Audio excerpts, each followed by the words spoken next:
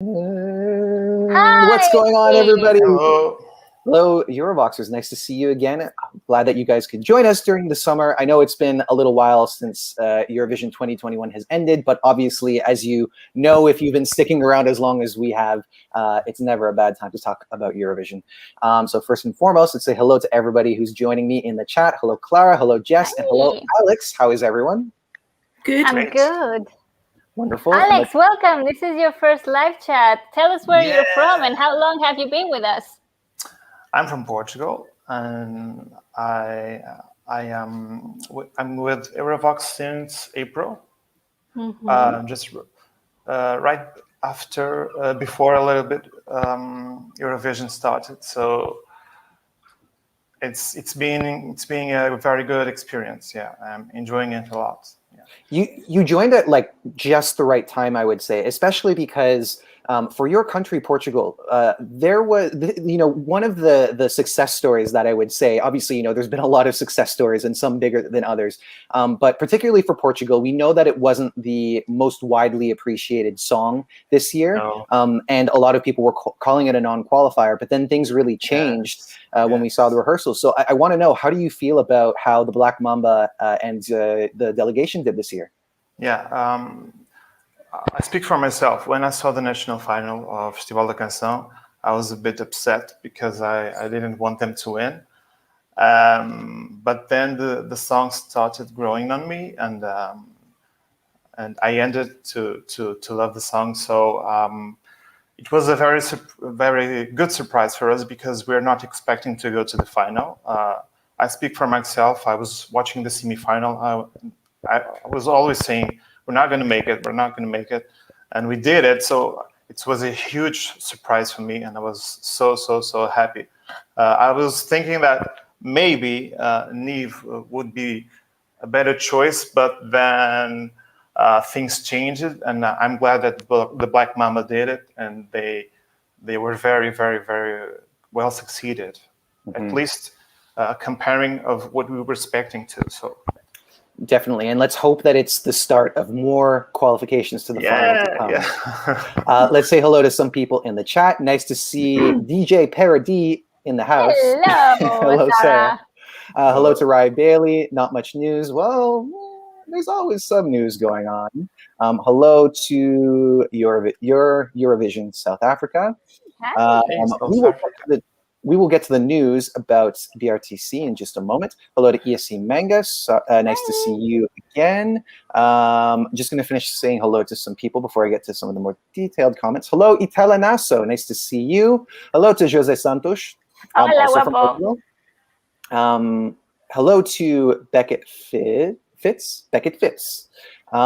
Beckett Fitz wants to know, what do you make of Måneskin changing managers? I didn't know that they changed managers, but... If you mean about Simon Cowell, they already said, officially stated, they are not joining Simon Cowell. So I don't know if you mean if they are entering a new management, apart from the rumors of Simon Cowell being their potential new manager, which is being denied by them, or you know more than I do.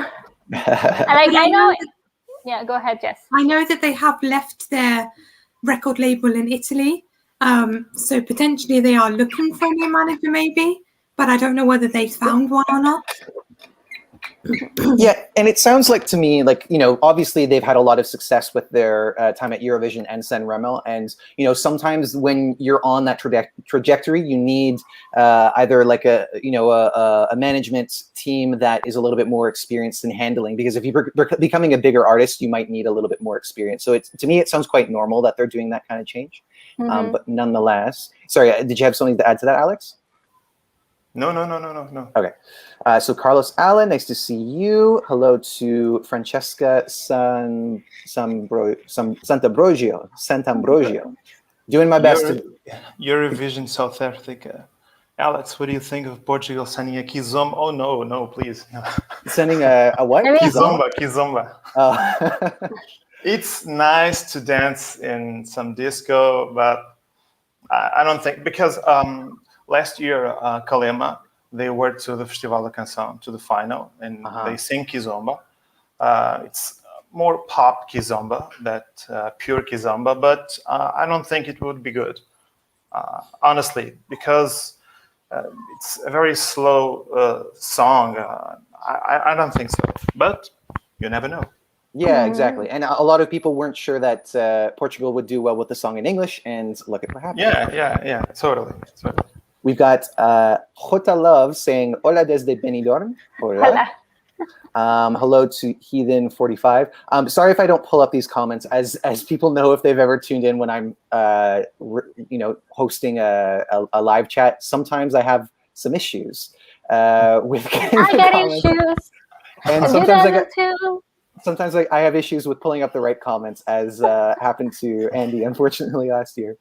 Hello to Rita from Team Eurovoxx. I think I just did it again. Yeah, I pulled up. So I went for Rita, and then there we go. Nice to see you as well. You're doing a great job, Stuart. Don't worry. Thank you very much. Hello to Emma. Nice to see you again. She's in Canada with me.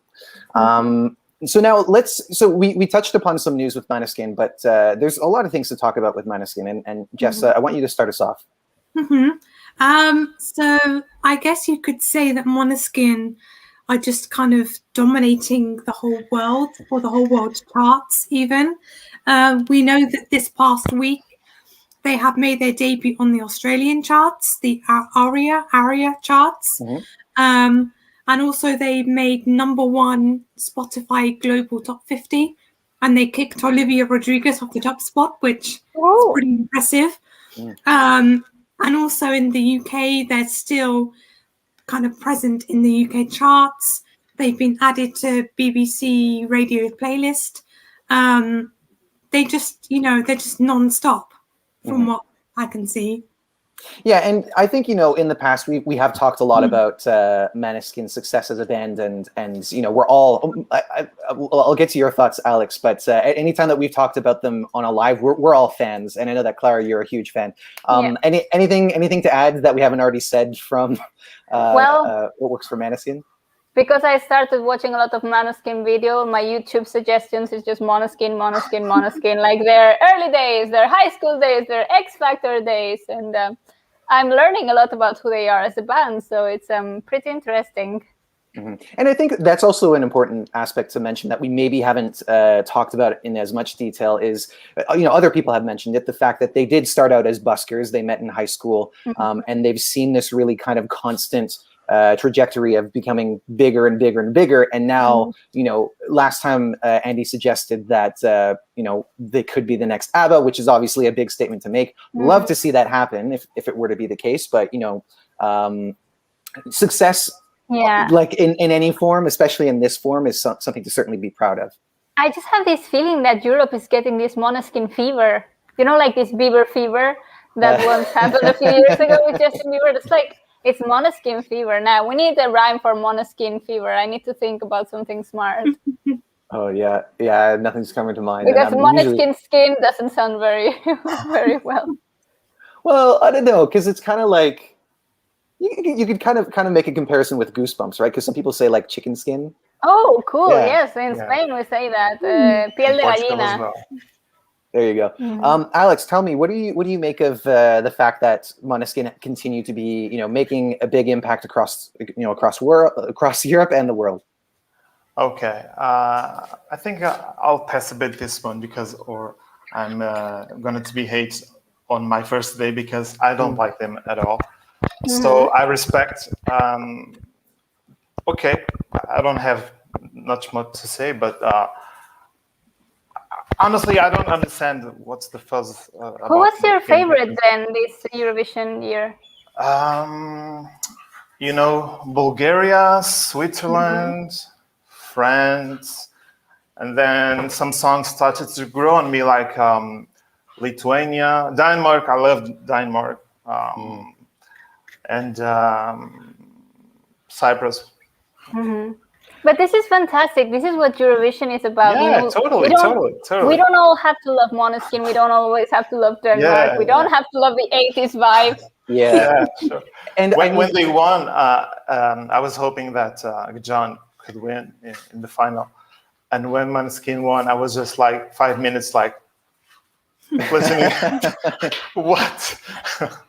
But I mean, let's not forget like how competitive of a year it was. We discussed many possibilities for winners, and ultimately, Switzerland came third, which I think was amazing, and they won the televote. France came second, scoring very well in both systems. So yeah, I mean, and as Clara mentioned, like this is the beauty of Eurovision, that people can appreciate a variety of entries, and I don't think there's ever been a winner that everybody loved, because even like you could talk about ones that have had really long legacies like Euphoria, but you still find people nowadays who are like, that's overrated. Yeah. It's a great song. I'm gonna pull up this question because it's a very interesting take. We're gonna go to Clara first. Elliot asking, can we talk about how Manel Navarro was robbed? No, he wasn't robbed. He was served karma. Because we have to go back to the national selection of that year. Manel Navarro was signed to Universal. Universal practically owns Eurovision in a way. And the lady that was organizing the whole Spanish gala, she was connected with Universal, or she was the daughter of some big executive from Universal. And the audience, the favorite, was Mirella, but something happened with the votes and the jury that apparently Manel got chosen. And then he had a really bad response to people, which I understand. It's like you're an artist, you're standing there, and you've been fake chose, so you have to save face. And the audience was not happy about it, and he had a really rude response on live television. It was a hand gesture, right? Yes, there was a hand gesture. Then the middle finger was shown, or something like this was shown. Anyway, there was a rude moment that went on, and then he lost sympathy. Spain lost sympathy for him because everyone was rooting for Mirella, because she was, in my opinion, and I probably in all of the Eurofans' opinion, she was the right winner. But then they took him. He had a very proud attitude. His pride won over his head. Everyone knows how the performance went. And then it was a life lesson for him, because now he's calmed down. Now he's a really nice guy. Like, he was young. Let's say he was young and didn't know better.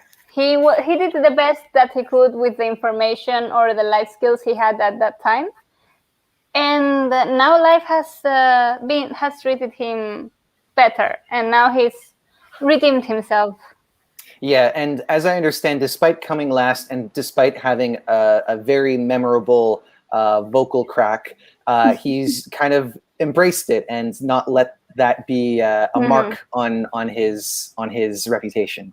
Can I just answer? Yes. Yeah, we're getting lots of questions specifically for Alex. Which question would you like? What I think of the Turkish entries. I like them. They have that sonority of kind of Middle Eastern songs, that Arabic vibes. And I still love an old entry, Sertab, Every Way That I Can. That's a song that I love a lot. And I do like that. What? Sertab was my favorite one. Yeah, beautiful. Powerful song. Yeah. Jess, are you a fan of Turkey 2003? I am. I love that song. It's not my favorite, but that would probably be Doom Tek Tek. But I still love that song. I haven't seen that year completely, but I did see 2004. So I saw like the opening act where Sertab had performed the winning song, and I have seen Every Way That I Can like in full. I just haven't watched. I haven't compared it to everything else. So, but I do like it. It's got a cool beat to it, and I like the Middle Eastern vibes as well. Yeah. And Sarah Halloran also wants to know, Alex, if you have a favorite Eurovision song of all time. I could say a song that nobody knows because it's very old, so I will pass this one. No, please go ahead. Go ahead. It's a Portuguese entry from 1989, Conquistador. So I still love that song a lot, and it's a very known song in Portugal until now. And okay, can you sing us a little bit so we know how it goes? No, just like give us a tune. Praia, Ibiza, Angola, Moçambique. Oh, I know that. Yes. Fui conquistador. Yeah. I think because last time we were talking about Portuguese entries, and I think somebody either in the comments or maybe it was Andy who had mentioned that one. But also don't feel any shame for it being an old entry, because last time I said my favorite was Carlos Payan with Playback, which is still one that everybody loves. Yeah, or not I love everybody, that song. but yeah. Playback. But I think Euphoria from Loreen. Or Dima Bilan with Believe. I like a lot those two, and of course Salvador Sobral. But I'm suspicious, so I shouldn't say this. No, you can say anything you want. Of course. Oh, sorry, shit. Neil Era also agrees with you, says that Portugal 1989 was good. Emma Kiernan saying, Sertab and Ruslana changed Eurovision a lot with their ethnic pop and dance routines. My favorite Eurovision genre. It truly wouldn't be the same without them. And I believe that Wild Dances is your favorite Eurovision song of all time, Clara. Yes, and my second one is Certa Berener. So, Emma, you are my Eurovision soulmate. I agree with that comment 100%. I will say, like, I still find that era of Eurovision like way too weird for me to really get into. But watching that show, it was like, yeah, Ukraine's totally winning because they just had way more energy than anything else. And obviously there were a lot of high energy performances, but they, as they did with Verka Serduchka, turned it up all the way, like way beyond where you think it stops. Yes, indeed. Oh, this is an interesting question from Benny, asking us, what are the oldest Eurovision editions you have seen in full until now?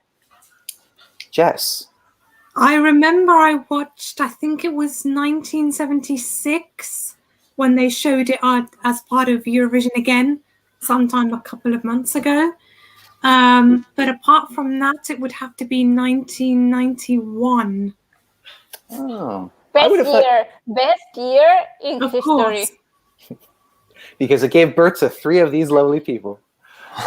Alex, what is the earliest full Eurovision show that you watched? Probably 2008, I guess, when Senhor do Mar was there. I guess it was a fantastic year, in my opinion. Fantastic songs. How about for you, Clara?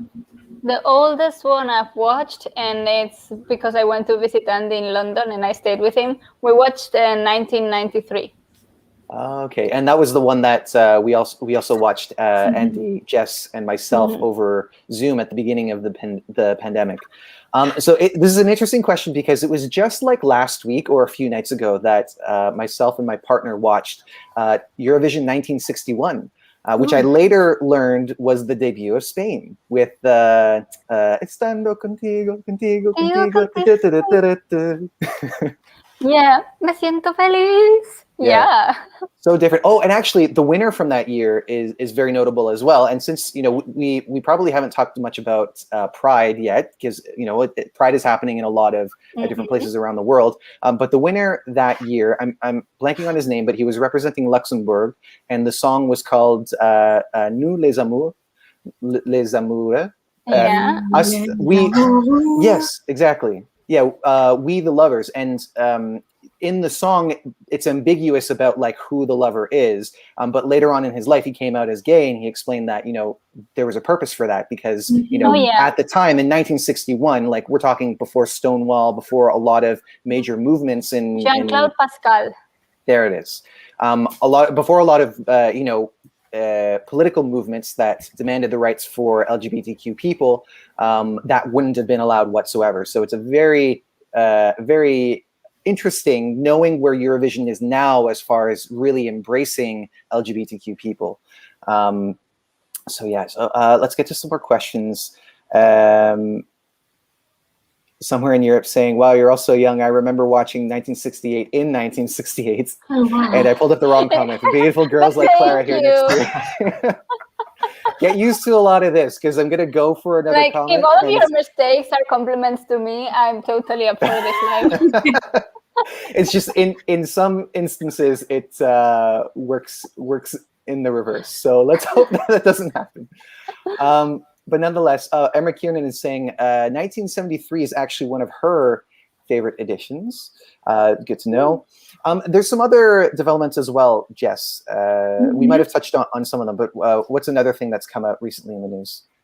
I guess probably one of the biggest news pieces is Belarus's expulsion from the EBU, which means they cannot participate in Eurovision or Junior Eurovision until the matter's resolved, I guess. Or in any European competition, right? Televised competition. I believe so.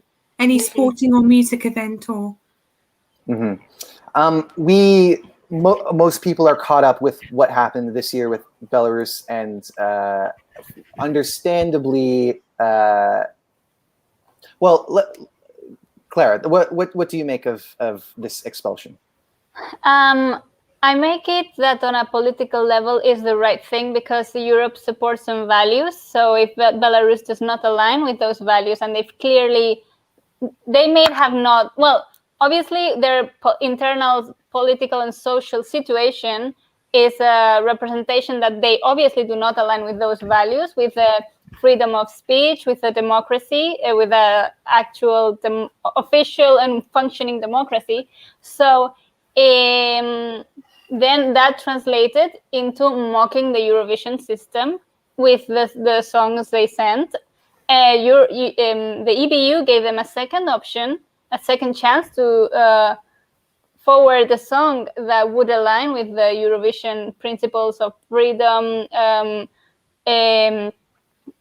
basically freedom of speech, freedom of rights, but still they did not comply in the way that they should have. So obviously they're going to get expelled. Yeah, and we're seeing a lot of people come in, Yusuf, for example, saying that it's deserved, and that what the broadcaster did was inexcusable. Sarah mentioning that the expulsion is not really fair on the artist, though, which is, that is true.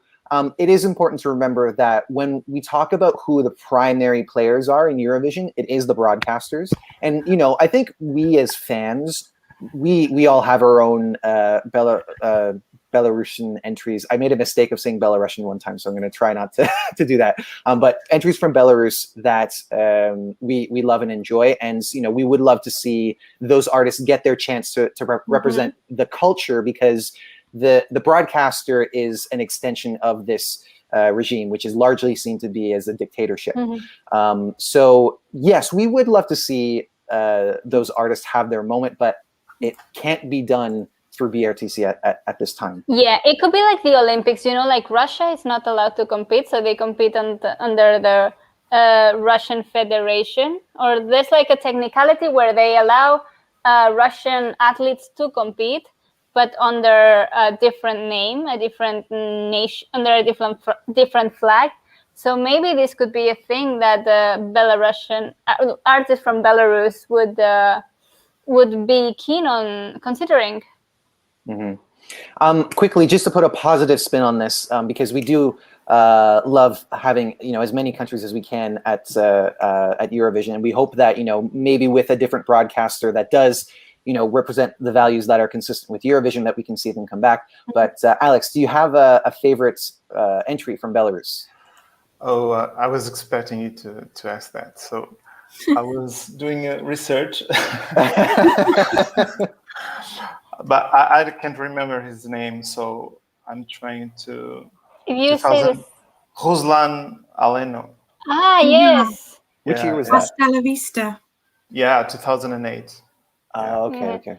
The next one after Dima Koldun.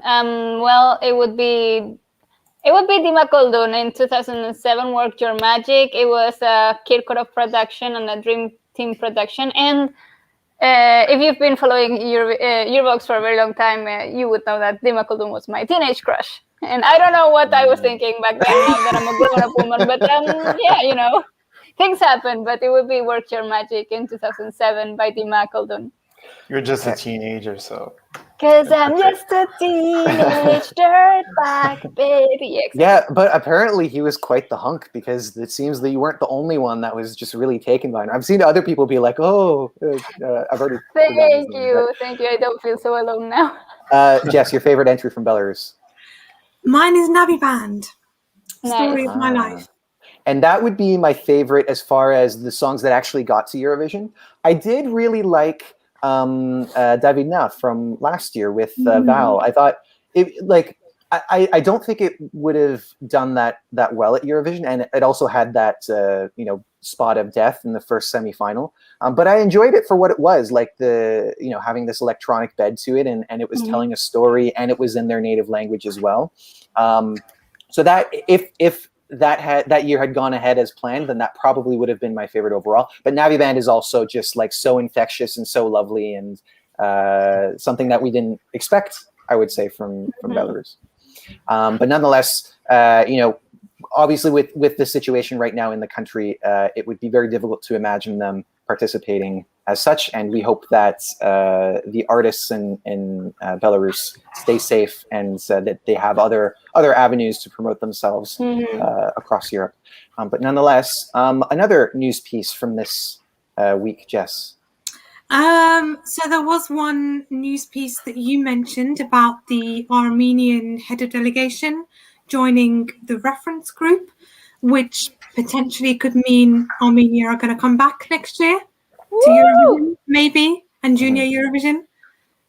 Could you, for people, like I can fill in if people are not sure, but Jess, are you good at describing how the reference group works? I am.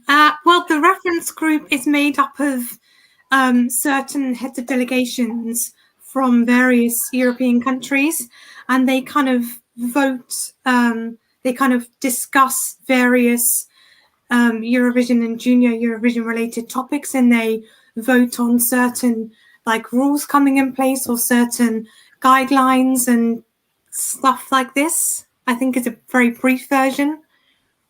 Yeah, exactly. And when they elect members to the reference group, they're always trying to make sure that a variety of countries are represented, that it's, it's not just like, the wealthiest, all the Western nations making these decisions, because they have to reflect the capabilities of each broadcaster. So, we know that we didn't see Armenia this year, mostly because of the political climate as the result of the conflict last year. But the fact that the head of delegation of Armenia is in the reference group does bode well. It does, because, and I'm sure that it was always their intention to come back for 2022.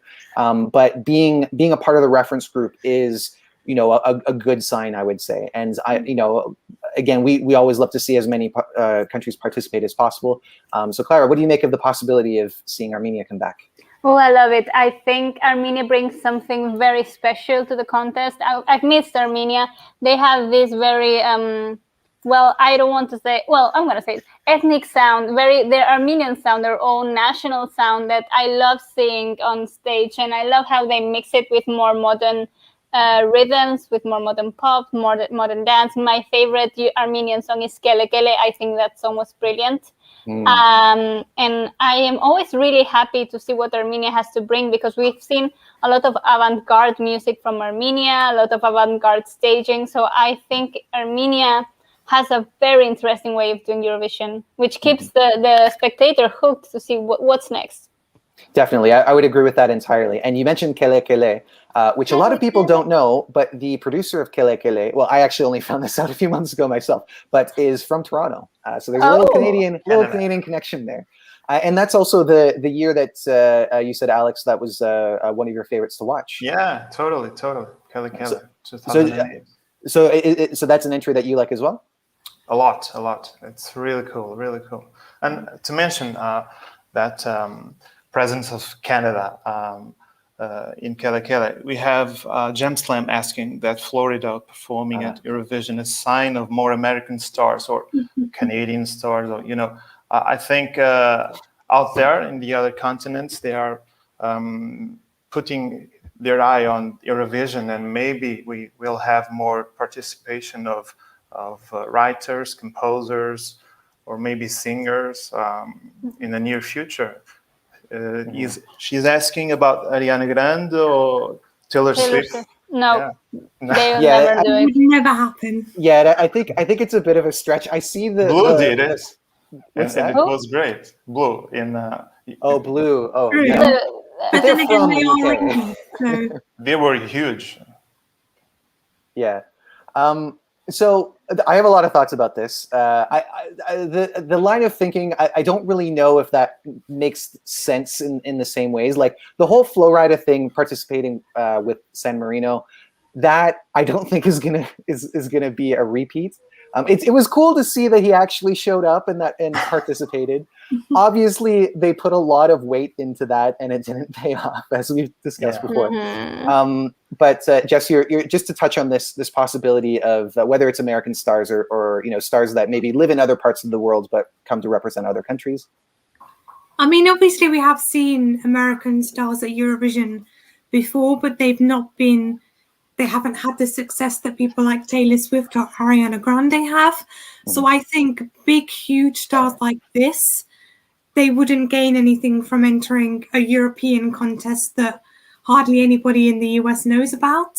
But maybe someone with American origins or a lesser known star, I could see representing a random European country for sure, but that's about it, I think. I understand why American artists will have their ear and their eye put on Eurovision, but I don't think Eurovision would do anything for their career. If we are talking about like Florida status, Ariana Grande status, Taylor Swift status, that Eurovision would not mean anything for them. So I would rather give this opportunity to people from national countries, artists from their national country, or artists that are getting started. And even just a big risk for them to fail and for no, their I just think it really doesn't matter if they fail or they win it. Just their pass through Eurovision wouldn't mean anything. Okay. I want to pull this one up because I've thought about this as well. Probably also an artist that might be a little bit too big, but Emma Kieran saying, I'm an advocate to send Marina Diamandis for the UK or Greece. She is Welsh and her dad is Greek. We were all surprised when Bonnie Tyler did it, to be honest. Yeah, I mean, these are kind of different approaches though, because I mean, this came up when Jessie J, when those rumors about Jessie J were coming up a few weeks ago. And in the case of Bonnie Tyler, Engelbert Humperdinck, and to a lesser degree Blue, they were not necessarily in their prime when they went to Eurovision, which there's honestly like a lot of people would talk about that as like, oh, they're trying to be who they used to be. And I don't really think that's ever been the intention. And, honestly, I'm always open to really any artist of any caliber, but it does become a little different. It creates a different dynamic when it's somebody that's just so big, because like, could you imagine for those of us, I mean, I haven't been to a press center, but both Clara and Jess have. And could you imagine like going and interview, let's just for the sake of the example, saying, you've interviewed Sir Hats just now, and then 20 minutes later you're talking to Taylor Swift, like what a what a shift that would be. And also like she probably wouldn't do any press or like she would do the bare minimum press if she was there. That's the thing. I would like Eurovision to be an opportunity for artists that can really embrace the full experience, and like it's not another day in their job. Like it's a festival, it's a celebration. We have Eurovision is a culture. There is a fandom, there's a culture behind it. So I would prefer this opportunity was given to people who would celebrate this community. And just because this came up with the discussion of Flowrider, I'm going to pull up Yusuf's comments, who's saying fuming Adrenalina is not their best result. I'm not fuming about it, but it should have been their best result. Agree. Surprisingly, I agree with you. Who was the best result? Sir Hatch. Yes! Since we've gone there, Alex, your thoughts on San Marino 2019? San Marino 2019. Okay, when I entered to the team, Eurovoxx team, the first question they made me in WhatsApp was, "What do you think of San Marino's singer of 2019?" And I said, "Who is that?" And I was a bit nervous, so I couldn't remember who was he. And I checked on YouTube, and I said, "Oh my God, that's so horrible!" And they was like, "What?" And that's how you almost get kicked out of the team. Yeah. I decided not to say any word, but then Andy came up and said, "Hey, calm down. Not everybody must be a fan of him, so leave him alone." Yes, okay.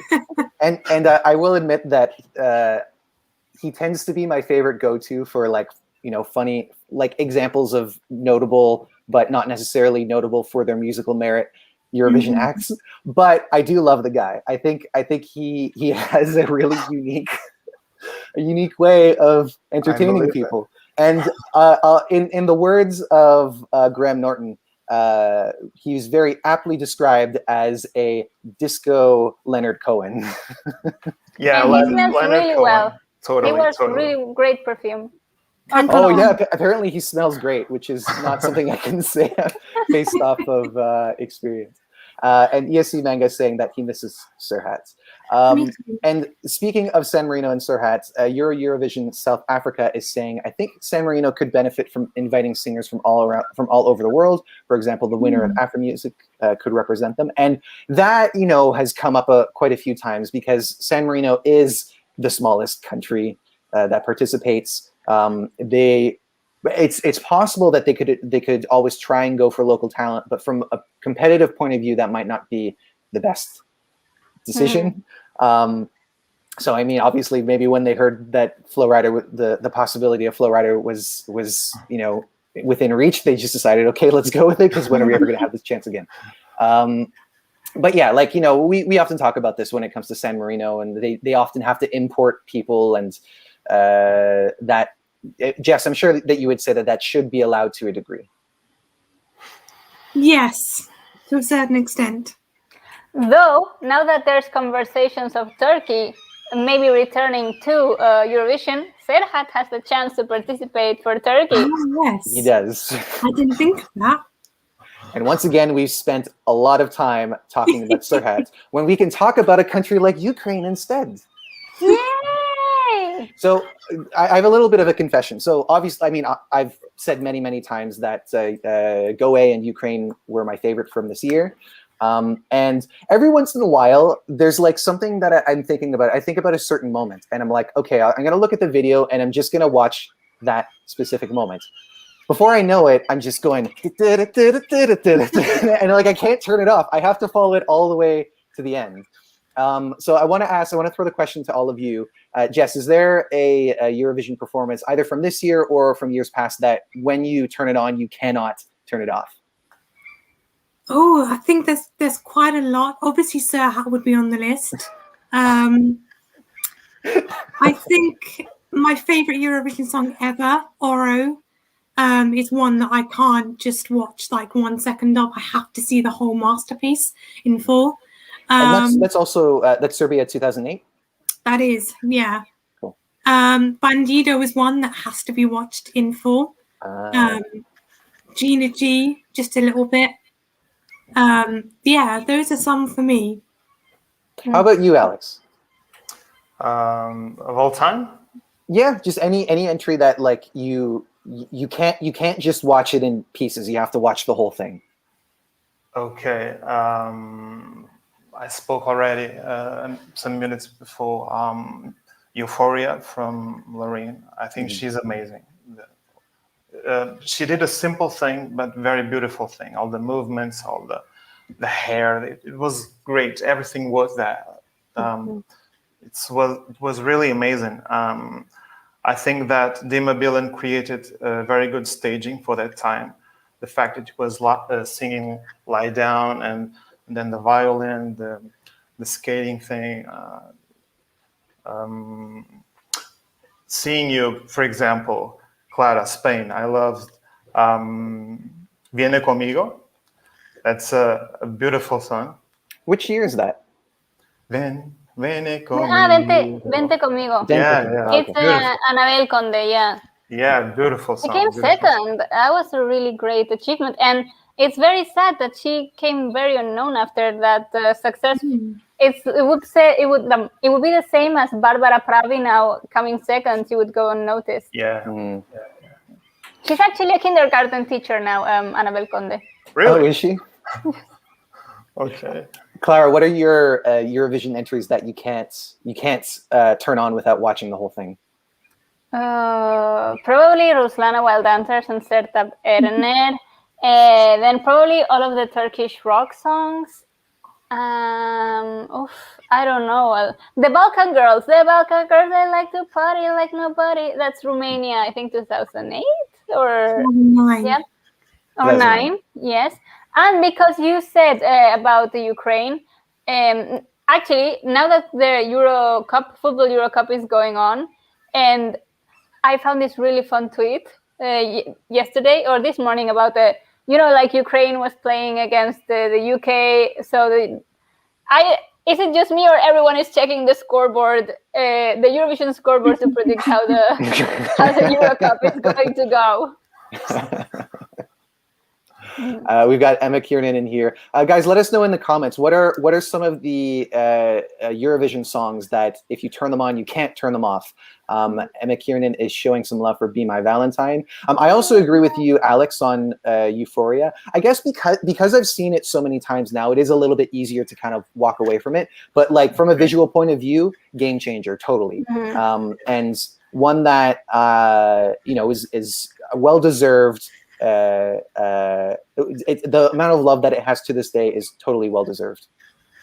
For Adria, it's Loco Loco from this year.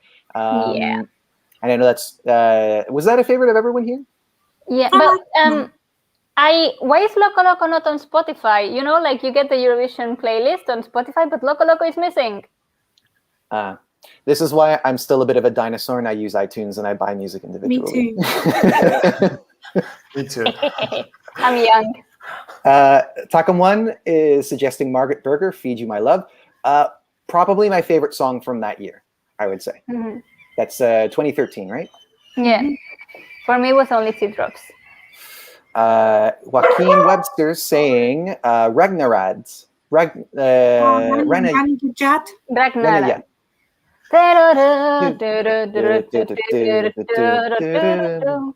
Yeah, another one of my favorite. That might also be my favorite from 2009. Well, no, actually, it would be France, Patricia Cass. Also, Adria also suggesting My Secret Combination from Greece. That one, remind me what year that is. 2008. My secret combination is a mystery for you. She had this opening. For Italia Naso, Zitti E Buoni and Not Alone by RMMP3. So that would be Armenia 2014. Yes, indeed. I saw that live. I was in that contest as the audience. What show were you there for? The grand final. Oh, okay. The televised grand final. Yes. I have to look out for you. Have you found yourself in the audience? The annoying thing is that the stage was like a square or like a diamond, and there was a corner. Yeah. I'm the first one in the middle, just in the corner, and the camera rails stopped like 5 centimeters on each side before me. So I'm never in the shot, but I had like the cameras like side by side. Okay. But if we looked at the wide shot and we like really, really, really squinted, is it possible that we could make you out? Maybe. I was wearing a tiara, so probably. Okay. Oh, so you had a bit of a costume going too. Just a tiara, I'm a princess. I'm the queen of the night. The queen of the nights. Neil Era saying 2009 was a good year. For James Lewis says Goodbye to Yesterday. The performance is mesmerizing. Nice. Definitely a strong one from that year. Emma Kiernan saying I had such a huge crush on Sakis Ruvas when I was 10, so Shake It as well. I saw the music video for Shake It very recently. And oh my God, it is even more like over the top and homoerotic than the actual performance. I like how you describe it, homoerotic, because he's actually married. He was married to some lady. I'm not sure if he was playing the card or not. Yeah, which is like it's really not a reflection of him. It's more so just the artistic choices. Exactly. They might have known their audience in a way that was not explicit. But nonetheless, I like Jess, the song "This Is Our Night." Shake It. I don't like it. That was the one when he was on like the stapler. Yeah. And that's from 2009. Yeah. Lou Johnson, for them, it's Tonight Again, Australia 2015. Great one. One of the best vocal performances, I would say, almost ever. Am I dropping out? A little bit, yes. Yeah. Yeah. Sorry, go ahead. So I was just waiting for your connection to return. I think you're back. Okay. All right, that happens sometimes, but fortunately, it hasn't been as disastrous this time as a few times. But maybe that's a good sign for us to ask Jessica. Are there any other news pieces to talk about? I believe there's one about Romania. Yeah, so Romania will be having there'll be like a live debate on TV where there's going to be like a panel of judges talking about Romania's most recent participations in Eurovision.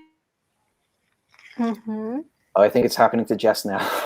Yes. And then they're going to kind of, to like the audience to kind of give their views and their opinions, because the last 3 participations, they haven't qualified. So I think there's some kind of, has my connection gone? Yes. It's choppy. Yeah, it's Okay.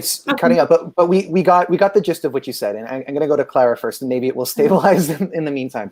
Tell me, what do you think about this having this open discussion about Romania at Eurovision?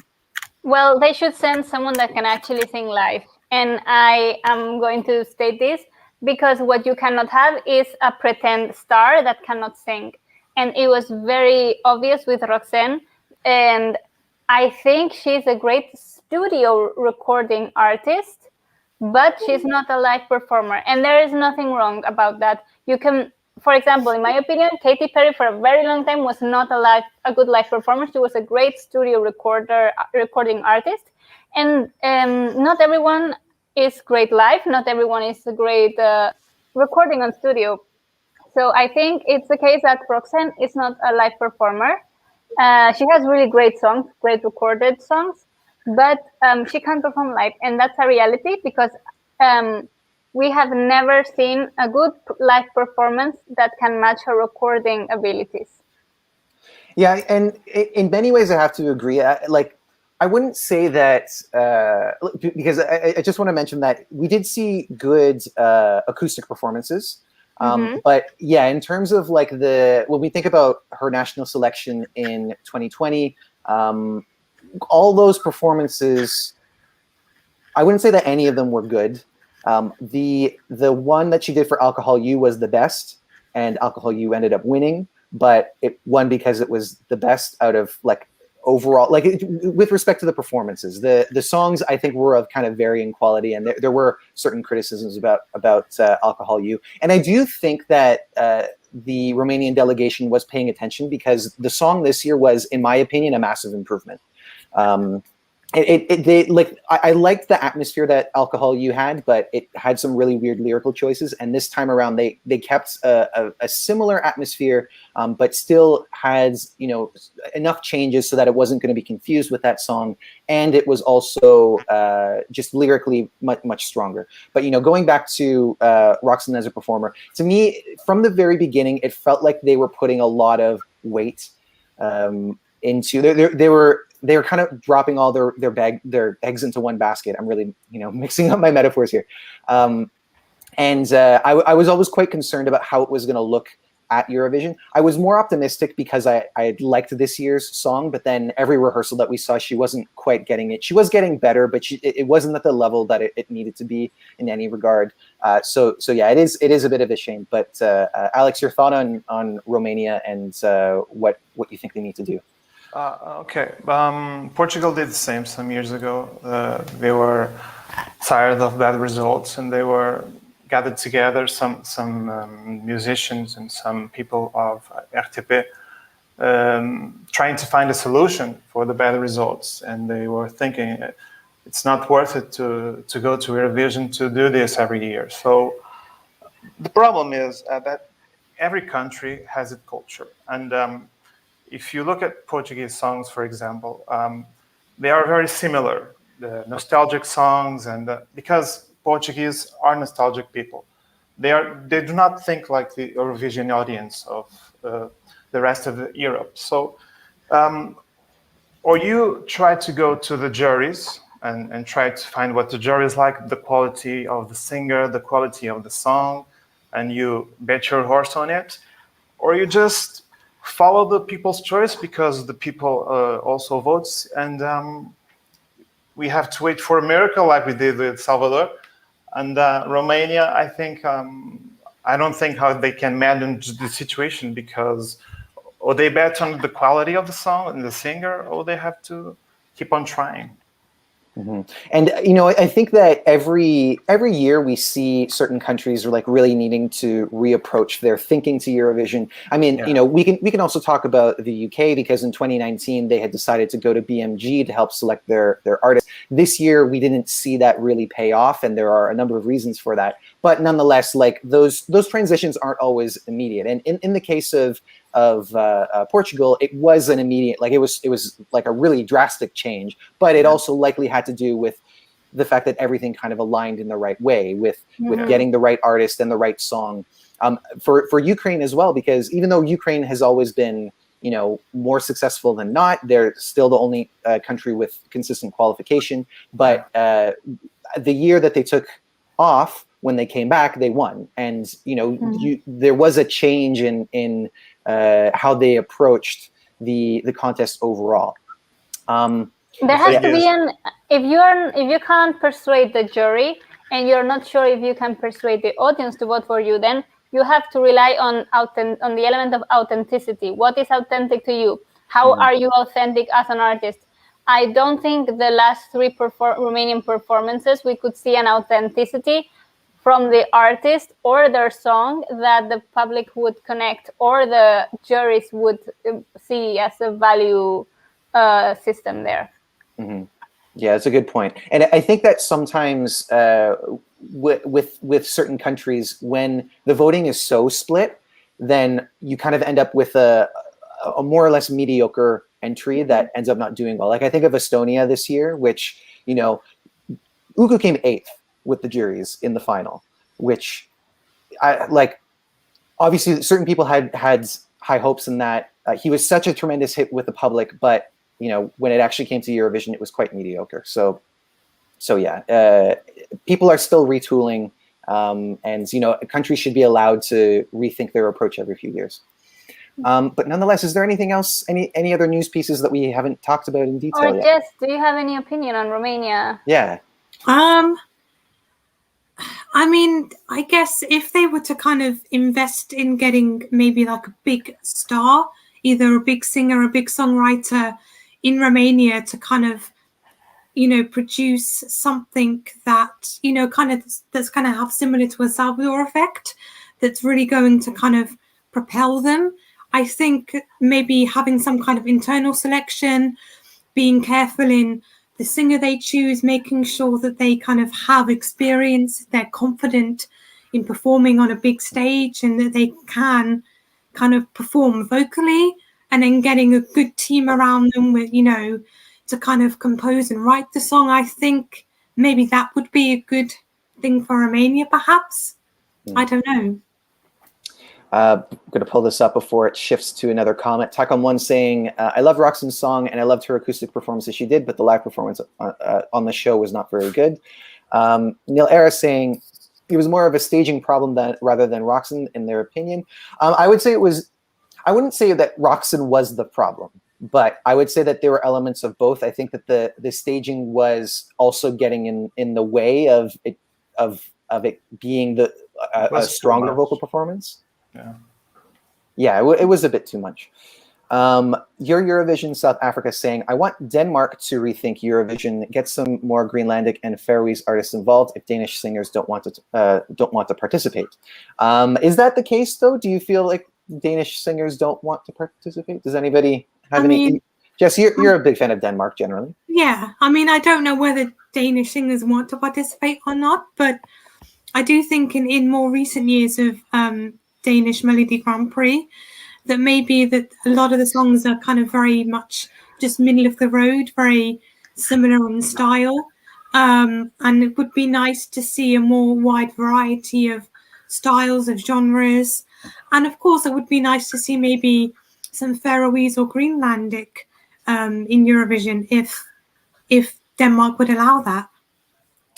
Yeah, I mean, I don't know if they would be against it per se, but let's also not forget that this year was the first time that Denmark sent a song in Danish since they were required to. They did it voluntarily for the first time, which it didn't result in a qualification, but they were pretty close. And another song that was not widely appreciated when it was first selected, but eventually found its audience.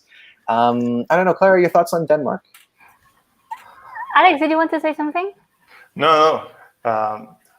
Stuart was saying that some people loved the Danish entry in 2021. I was the one. Yeah. My thoughts on Denmark. I think the language was not the problem. I think we all ended up really appreciating the song, me included, and I was a very 80s melody skeptic. But I got behind it because of the charisma of the guys, obviously.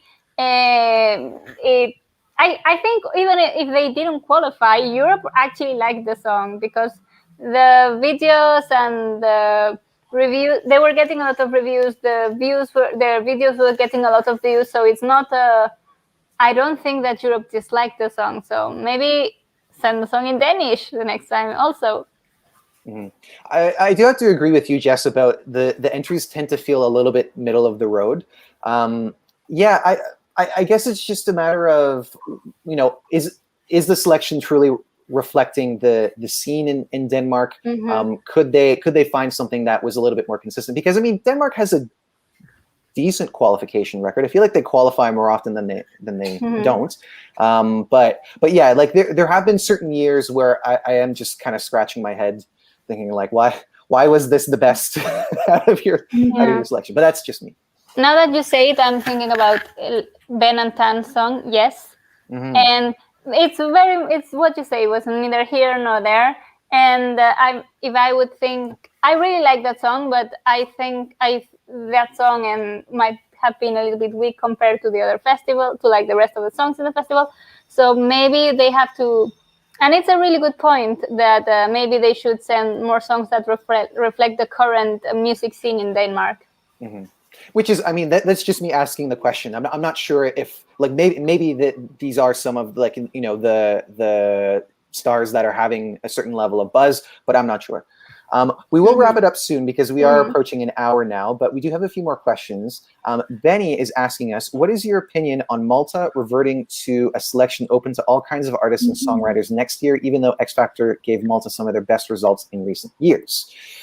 Over to you, Jess, who is probably our biggest Maltese fan. I actually kind of quite like this change that they're making because obviously Malta is still going to have X Factor, but without the Eurovision connection. So by doing this, it allows kind of artists that want to kind of break out into the music scene and make a name for themselves. They can focus on X Factor and get their career going. But then you can have other Maltese artists, whether they're new artists or established artists, they can focus on the national final and focus on Eurovision without the hassle of having to go through a big show like X Factor. I mean, X Factor did bring Malta 2 very good results in Eurovision. So I'm kind of wondering whether they will be able to replicate that with the national final. But I think if they have a good vocalist like Michaela and like Destiny, and if they match them with the right song, they can do well. And I think that's really what it comes down to. And I don't think the selection process is really going to make a huge difference to how they perform at Eurovision. Well, it is something to mention because one of the things that people will frequently point out when we're talking about Malta's success in the recent years is that there is always that unbalanced score that tends to be higher with the juries and quite a bit in comparison, quite a bit lower with the televoters. And maybe the selection doing that through a show like X Factor, which is so dependent on having those vocal skills, maybe that's kind of pointing to the reason why that seemed to be pretty consistent. Although I will mention that this year in the semifinal, Malta got a very good televote score. I don't remember whether it was second or third, but it was very good. And yeah, it's something that gets forgotten. But Clara, your thoughts on Maltese selections? I think it's fair that X Factor goes its own way because as Jess very well pointed out, it allows other artists that may already be very well established to participate if they have an interest. Because it wouldn't make sense if, for example, someone like Ira Losco to go through X Factor to represent the country. So I'm saying Ira Losco because it's the one artist, well-established Maltese artist I know. Don't know very much many other Maltese artists, but for me it makes sense that the Eurovision selection and X Factor part ways. Thank you, Jake Mason, for clarifying. It was second in the televotes, 13 points behind Ukraine with 151, which makes me so happy. Well, not that they were second, but it makes me happy that they got a good televote result. But the fact that Ukraine won the televote in that semifinal is just, I love so much. Alex, your thoughts on Malta? Yeah, I think they should open to any kind of artist. I think that because if you're expecting to bring a great voice, okay, X Factor it's a good selection.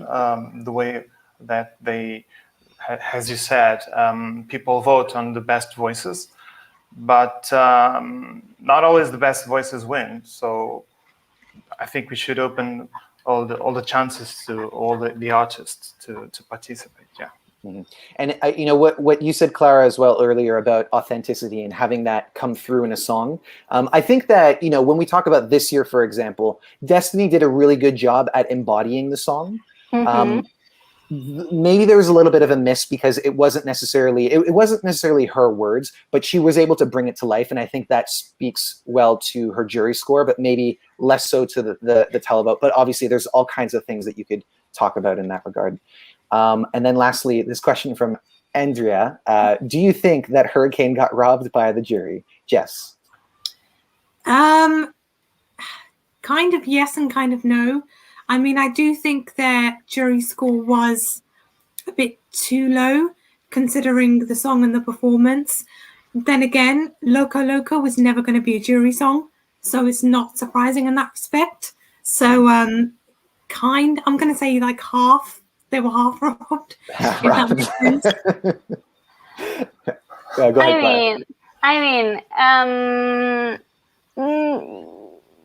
yes and no. I totally agree. It was never a jury song. That was what the audience was for. Like the audience pushed this song super high, which is a really good reflection of why do we need a jury and why do we need a televote, because actually, I think physically this was one of the hardest songs to perform, and people don't talk about how difficult it must have been to walk like the stairs from one platform to the other with those high heels and moving. And people underestimate the power of those girls dancing and doing everything in high heels and not losing their breath. That technically is way more difficult than to sing and perform than Gion Steers that was just standing and like maybe moving one arm. Alex? Yeah, I agree.